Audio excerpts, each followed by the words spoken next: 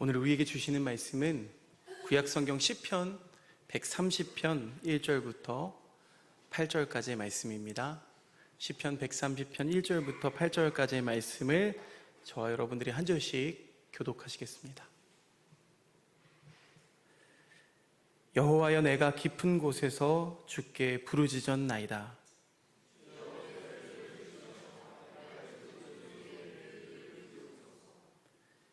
여호와여, 주께서 죄악을 지켜보실진대 주여 누가 서리이까?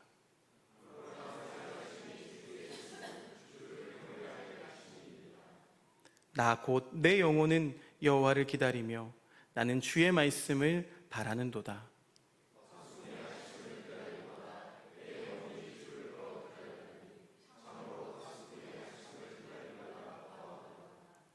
이스라엘아, 여호와를 바랄지어다. 여호와께서는 인자하심과 풍성한 속량이 있음이라.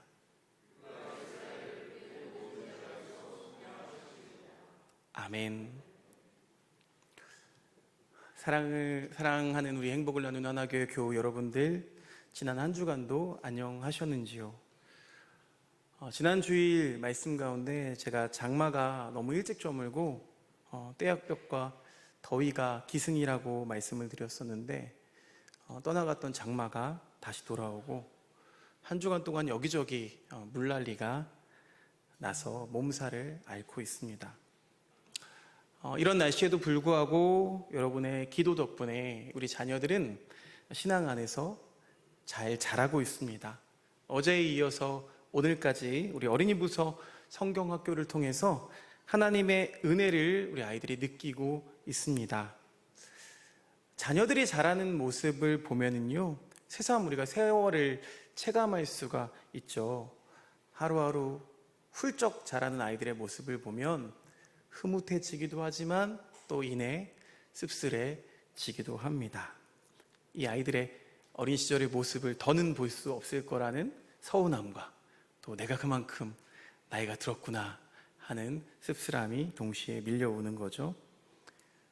아이들을 보면은요, 아이들은 각자의 다 고민이 있고 다 염려가 있겠지만 아무래도 염려의 무게가 덜하겠죠. 그러다 보니까 하루하루를 즐기며 사는 모습이 참 부럽기만 합니다. 어린아이들은 내일이 없다고 안돼요. 그래서 잠자는 걸 싫어한다고 합니다. 그래서 끝까지 버티고 안 자려고, 내가 기분이 이렇게 좋은데, 놀고 싶은데 자라고 하면 스트레스 받는 거죠. 여러분 기억하십니까? 우리들에게도 다 그런 시절이 있었습니다. 마치 전설처럼 느껴지지만 우리 모두에게도 이 어린 시절이 있었습니다. 도종환 시인의 겨울나무라는 시를 보면은요, 하루하루를 견딜 줄 아는 것이 실력이라고 시인은 말합니다. 정말 그렇죠. 어떤 때는 사는 게 아니라 견디는 것 같은 때가 있습니다. 오늘 말씀해 보니까 깊은 물 속에 빠진 것 같을 때, 그럴 때는 정말 산다는 것보다는 그냥 견딘다라는 표현이 더 맞는 것 같습니다. 그런데 여러분, 견디는 게 실력이라고 이야기하니까 좀 위로가 되지 않습니까? 하루하루 견디는 것, 그것조차도 참 쉬운 일이 아니기 때문에 정말 실력이 맞는 것 같습니다. 이 도종환 시인의 시를 소개한 김에 제가 오늘 주보에도 게재해 두었는데, 이른 봄이라는 시를 제가 한 편 소개하고자 합니다. 시의 배경을 보자면요, 꽃샘추위가 기승을 부리고 있는 이른 봄입니다. 조리대의 푸른 잎들이 자기 영역을 넓혀가는 산비탈을 바라보면서 시인이 이 시를 썼습니다. 제가 읽어드릴게요. 죽은 나뭇잎 사이로 상사와 초록잎이 올라오고, 돌틈 사이로 냉이가 잎을 올려보내 얇은 손가락으로 바람의 온도를 만져보는 초저녁. 혹한의 시간을 단 한순간도 피한 적 없는 조릿대 잎들이 산비탈로 푸른 세력을 넓혀가는 이른 봄. 시련은 인내를 낳고 인내는 끈기를 낳고 끈기는 희망을 낳는다는 로마서 5장 말씀을 저 잎들은 언제 읽었을까? 누가 눈보라 속에서 저 잎들에게 읽어 주었을까? 자, 이렇게 꽃샘추위와 눈보라가 휘몰아치지만 그것을 견뎌내며 이 조릿대는 제 영역을 넓혀갑니다. 여러분, 조릿대를 아십니까? 유영욱 집사님한테 물어봤어야 되는데, 대나무는 잘 아시죠? 키 작은 대나무라고도 하고 이렇게 얇은 대나무과의 식물이 바로 조릿대입니다. 좀 더 쉽게 이해하자면 우리가 곡식에 들어있는 이물질을 걸러내기 위해서 지금은 이렇게 다 채들이 있잖아요. 근데 예전에는 조리개라고 하죠. 이렇게 뭐 복조리 같은 거 이렇게 그 조리를 만드는 데 이용된다라는 의미에서 붙여진 이름입니다. 조릿대가 넓어진다는 말은요, 그래서 조릿대 군락지가 이렇게 확대된다는 말인데요, 조릿대가 굉장히 생명력이 있는 식물이라고 해요. 그러면서 이 시인이 성경 말씀을 인용하죠. 로마서 5장 말씀을 인용합니다. 로마서 5장 3절 4절 말씀 같이 읽어볼까요? 시작. 우리가 환난 중에도 즐거워하나니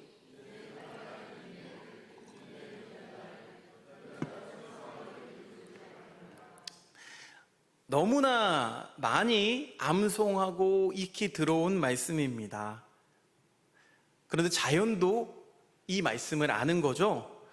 자신들이 견디는 이 시련을 통해서 인내를 낳고 인내가 끈기를 낳고 그 끈기가 비로소 희망을 낳는다는 것을 이 식물들이 알고 있다는 거예요. 바울 목사님은 이것을 아는 것이 환난 날에도 행복할 수 있는 비결이라고 말하고 있습니다.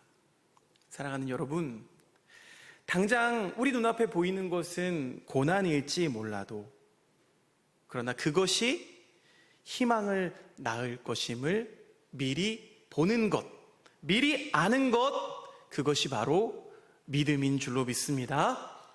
그래서 믿음장인 히브리서 11장에 믿음은 바라는 것들의 실상이요 보이지 않는 것들의 증거라고 이야기하는 것이죠. 앞서 말씀드린 이 조릿대는 특별한 특징이 있습니다. 조릿대는요, 적게는 수십 년에서 많게는 백수십 년 주기로 일제히 꽃을 피우고 열매를 맺은 뒤에 일제히 죽는다고 해요.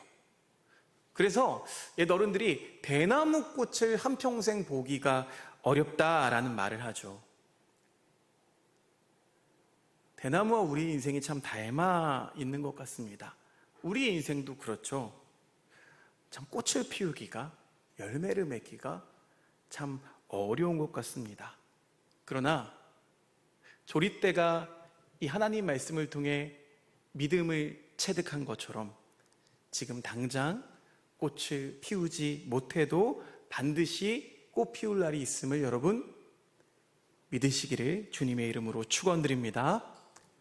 오늘 우리에게 주어진 말씀은요, 시편 130편 말씀인데요, 금요 기도회에서 이 말씀을 나누는데 참 은혜가 되어서 주일 말씀으로 끌고 왔습니다.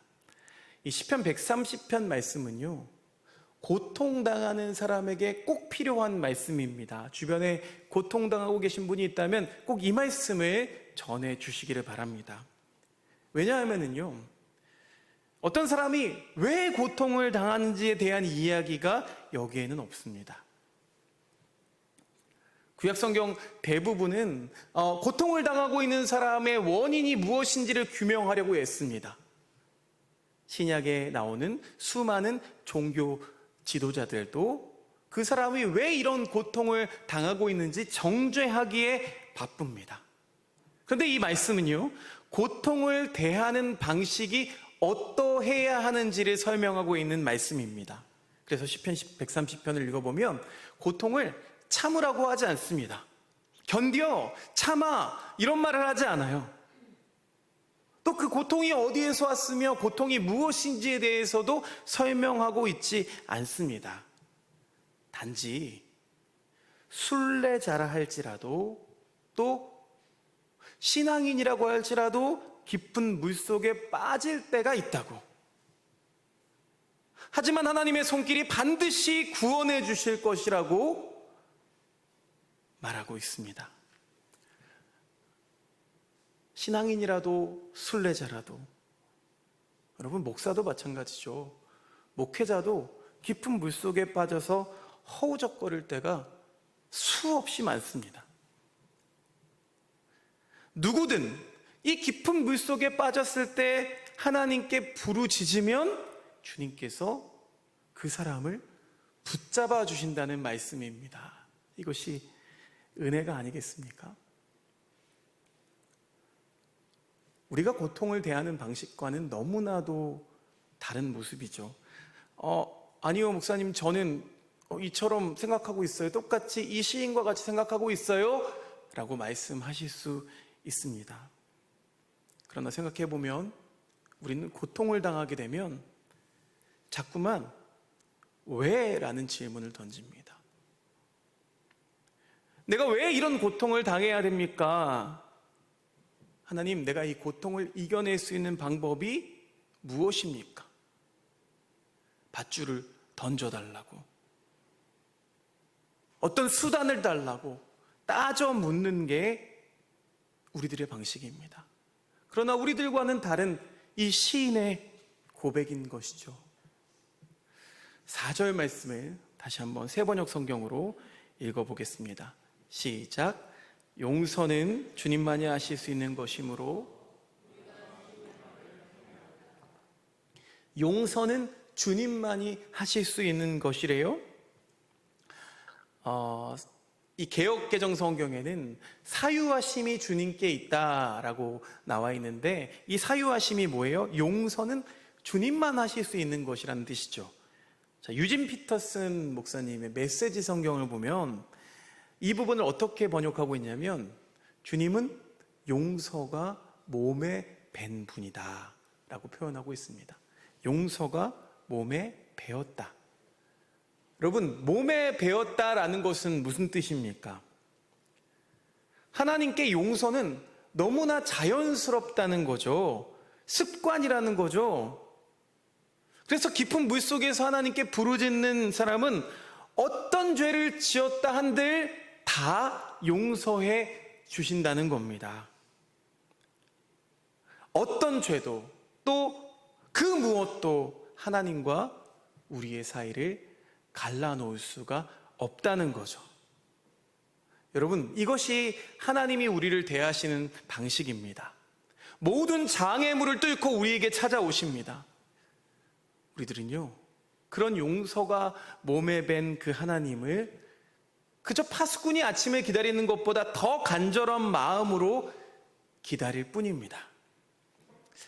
며칠 전에 가족들과 양양바다에 다녀왔어요.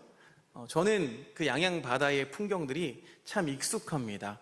그러면서 아이들에게, 얘들아, 여기가 아빠가 군대 있을 때 근무하던 곳이야 라고 얘기하면 애들은 뭐 대꾸도 안 하고, 아내는 매번 올 때마다 얘기한다며 대수롭지 않게 여깁니다. 그런데 저에게는 그 시간이 너무 강렬했기 때문인 거죠. 저는 그곳에서 이 파수꾼으로 인생을 살아본 경험이 있습니다. 해안 경계병이었던 거죠. 여러분, 파수꾼은 무엇입니까? 파수꾼이란 언제 적군이 쳐들어올지 모르기 때문에 늘 긴장과 불안과 두려움 속에 살아갑니다. 특히나 이 밤은 파수꾼에게는 더욱 두려운 시간이죠. 그런데 밤이 긴 겨울은 더 그렇습니다. 적군도 무서운데요, 사실은 이 살을 내는 추위, 이 추위가 실존하는 두려움이 됩니다. 아무리 두껍게 입어도요, 추워지기 시작하면 이내 발을 동동 구르게 됩니다. 날씨가 추워서 막 발을 동동 구르다가도 정말 신기한 게요, 졸립니다. 앉아있는데 너무 졸려요. 너무 추운데 너무 졸려요. 춥고 배고프고 졸리고. 졸다 걸리면 어떻게 될까요? 신병교육대에 갑니다. 신병교육대래요. 뭐라 그러죠? 네, 군기교육대, 죄송해요. 군기교육대에 2박 3일 이렇게 가게 됩니다. 몇 번 졸았다가 걸렸는데 하나님의 은혜로 패스되는 6월의 은혜를 경험한 적이 있습니다.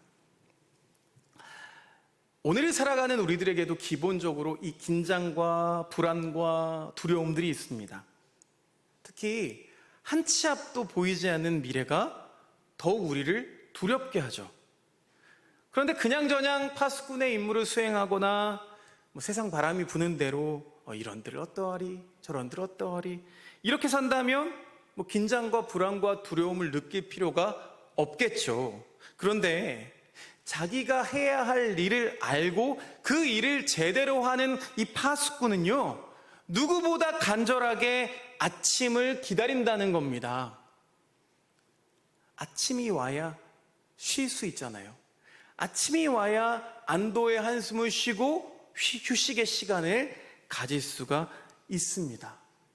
사랑하는 여러분, 우리들은 하나님이 이 땅에 보내신 파수꾼입니다. 믿으십니까? 하나님 나라를 걸어가는 순례자입니다. 이 순례자의 삶을 살아가는 이들에게는 삶을 대충 살아가는 그런 법이란 없는 거죠. 세상이 주는 온갖 긴장과 불안과 두려움의 근원을 우리가 볼 줄 알아야 합니다.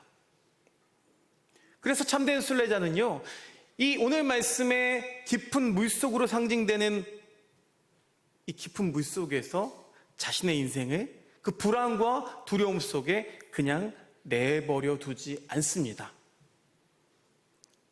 나 혼자인만으로는 나를 구원할 수 없다라는 것을 자각하고 하나님의 은혜를 구하는 거죠. 그때 하나님께서 우리에게 찾아오십니다.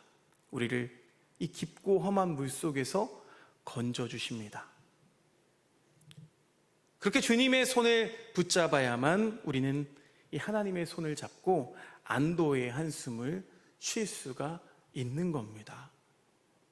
자, 5절 말씀 읽어볼까요? 5절 말씀 계속해서 함께 읽어보겠습니다.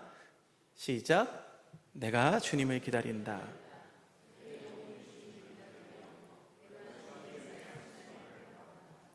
내가 주님을 기다리면서 내가 주님의 말씀만을 바란다.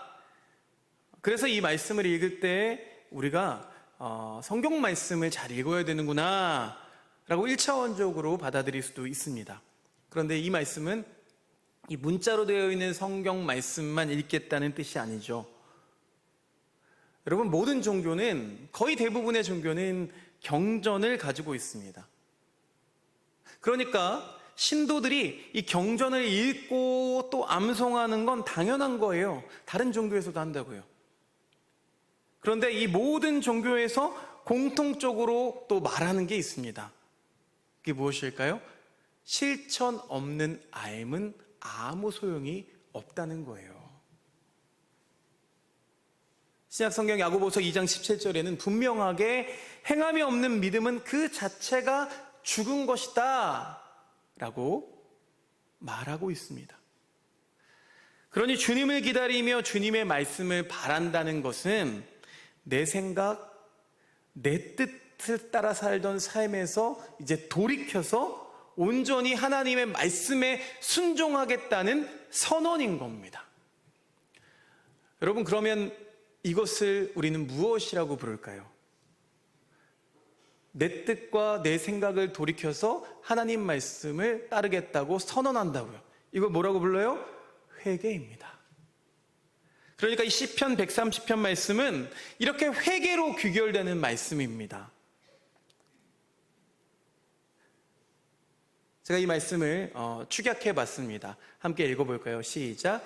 깊은 물 속에서 주님께 회개하니 용서가 몸에 밴 하나님께서 용서해 주셨습니다. 이제 우리는 파수꾼이 아침을 기다리듯 간절한 마음으로 주님만 바라고 기다리며 살겠습니다. 아멘이십니까? 사랑하는 여러분, 여러분은 무엇을 기다리며 사십니까? 그 기다리는 것이 반드시 주님께서 기뻐하는 것이 되기를 주님의 이름으로 축원드립니다. 사랑하는 여러분, 우리들의 죄를 용서해 주실 수 있는 능력은 오직 하나님께만 있습니다. 예수 그리스도의 십자가 사랑을 통해서 우리의 모든 죄가 속량될 수 있는 길이 열렸습니다. 자, 그 길을 걸어가는 이들을 우리가 순례자라고 부릅니다. 누가복음 7장 말씀에는요, 예수님께 향유를 부은 여인의 이야기가 등장합니다. 예수님께 향유를 붓고 난 후에 예수님이 그 자리에서 그녀에게 내 죄가 사함받았다라고 말씀하십니다. 그러자 함께 앉아있는 자들이 도대체 예수가 누구이길래 죄까지도 사하는가 하면서 수군거립니다. 여러분, 수군거리는 이유가 뭘까요? 이 죄사함은 오직 하나님만이 하실 수 있는 것이라고 방금 말씀에서 우리가 읽었잖아요. 그런데 이 예수가 죄를 사한다, 그렇다면 예수가 곧 하나님이라는 뜻이 되기 때문입니다. 결국엔 당시 종교 지도자들은 이것을 빌미로 예수를 신성모독죄로 몰아서 죽이기로 모의합니다. 그것도 로마의 정치범으로 몰아서 잔혹하게 예수를 죽입니다. 예수 그리스도의 십자가 사건 이후에 우리는 예수님의 십자가를 매개로 용서받습니다. 그래서 십자가가 구원의 상징이 된 것이고 또 십자가가 우리의 능력이 된 것이죠. 여러분, 용서, 이것은 하나님의 본성입니다. 유진 피터슨의 메시지 성경의 번역대로 하나님은 용서가 몸에 배신 분입니다. 그래서 우리들은 하나님을 뭐라고 불러요? 하나님은 사랑이시다라고 고백하는 거죠. 그 하나님, 그 십자가 길에 우리들은 서 있습니다. 하나님께서는 우리들의 모든 죄를 사하셨습니다. 그 길 가운데 있는, 그 십자가 길 가운데 서 있는 우리들은 순례자입니다. 그러니 여러분, 파수꾼이자 순례자인 우리가 이제 어떻게 살아가야겠습니까? 세상만 바라보고 살 때와는 좀 다른 삶을 살아야 하지 않겠습니까? 하나님을 알지 못하는 세상 사람들과는 좀 다른 가치관을 가지고 살아야 하지 않겠습니까? 비록 우리들의 삶이 녹록지 않고 또 깊은 물속에 빠진 것 같은 때에 세상 사람들은 그냥 두려워하고 포기합니다. 다른 방법을 구합니다. 여러분, 이런 불안을 넘어서지 못하면은 그 두려움은 잊고 폭력적으로 변하게 됩니다. 세상이 이토록 폭력적인 이유는요, 이렇게 깊은 물속에서 빠져나오는 경험을 하지 못한 사람들이 많기 때문입니다. 이 겨울나무에게서 하루하루를 견딜 줄 아는 것이 실력이다 라는 아름다운 문장을 가져온 이 시인의 시가 깊은 물속을 살아가는 것 같은 우리 모두에게 위로가 되기를 소망합니다. 그리고 마침내 꽃샘추위, 이 눈보라 속에서도 자기의 군락을 넓혀가는 이 조리대를 통해서도 여러분 위로를 받으시기를 바랍니다. 반드시 꽃이 피고 반드시 열매가 열립니다. 하지만 우리들에게 가장 큰 위로는 바로 하나님의 말씀이죠. 그 위로의 말씀으로 오늘 말씀을 마치고자 합니다. 7절 말씀 같이 읽어보겠습니다. 시작. 이스라엘아, 주님만을 의지하여라.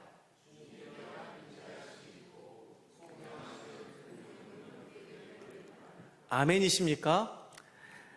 혹여 느끼시는 분이 계실지 모르겠지만 제가 예배 찬양을 선택할 때, 이 조용한 기도로부터 시작되는 예배 찬양을 선택할 때 참 많은 고민을 하는 편입니다.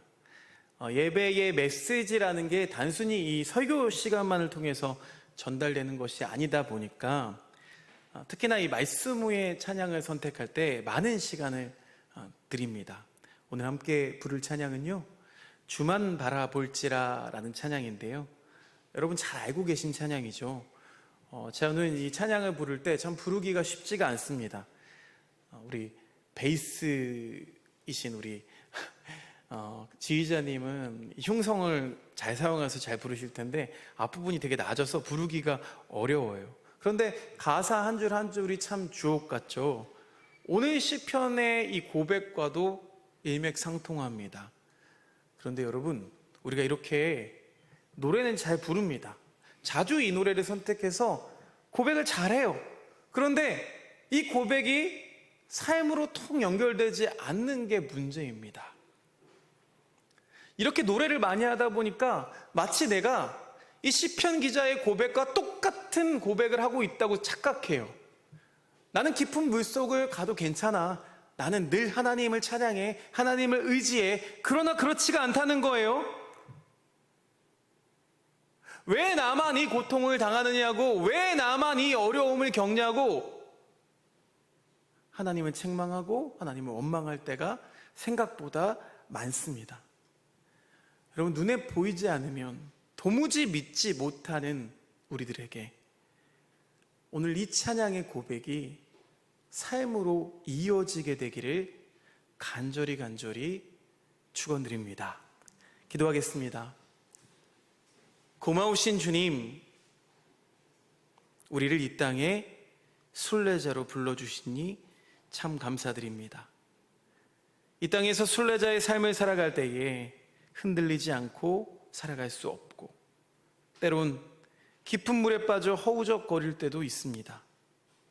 주님, 그때 주님을 부르고 또 파수꾼이 아침을 기다리듯 주님을 기다리는 삶을 살아가게 하옵소서. 하나님께서 우리의 간구를 들어주실 것임을 믿고 온갖 두려움과 불안으로부터 자유로운 삶을 살아갈 수 있도록 인도하여 주옵소서. 예수님의 이름으로 기도드립니다. 아멘.